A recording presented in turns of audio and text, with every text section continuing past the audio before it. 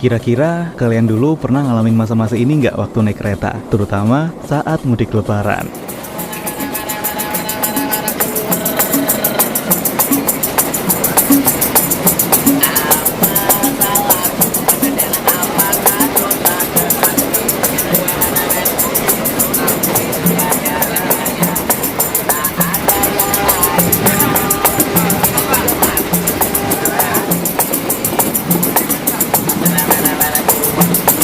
Nah, coba kalian cek foto ini juga. Foto ini diambil pada tahun 2001 oleh Bambang Supaktio dan diunggah ke Flickr. Waktu itu dia harus berdiri selama 12 jam di depan toilet karena nggak kebagian tempat duduk di kereta. Bahkan dulu hampir sebagian penumpang harus berdesak-desakan bertemu pengamen, pedagang asongan hingga kucing-kucingan dengan kondektur karena nggak punya tiket. Sekarang coba kalian bandingkan dengan foto dan video berikut ini. Nah, jauh lebih rapi, bersih, dan nyaman kan? Tapi kalian tahu nggak siapa sosok di balik perubahan besar dari semua ini? Beliau adalah Bapak Ignatius Jonan, mantan Direktur Utama dari PT Kereta Api Indonesia. Yang beliau lakukan waktu itu sebenarnya sederhana, yaitu dengan menaikkan gaji dan take home pay kepala stasiun sampai 10 kali lipat. Para pegawai lainnya yang juga sebelumnya mendapat gaji rendah, kemudian dinaikkan agar berdampak pada kinerja mereka. Menurut Pak Jonan, penghasilan karyawan punya korelasi kuat dengan kualitas kerja. Selain itu, Pak Jonan juga mengajarkan pola kerja yang mempermudah semua pihak. Beliau mengambil inisiatif untuk memberikan pelatihan dan pengembangan kepada karyawan untuk meningkatkan kompetensi mereka. Karena pada saat itu, hampir setengah karyawan dari PT KAI hanya lulusan SD atau SMP. Nah, gimana pencapaian Pak Jonan selanjutnya? Masa-masa sebelum Pak Jonan bergabung, PT KAI dilanda kerugian mencapai 150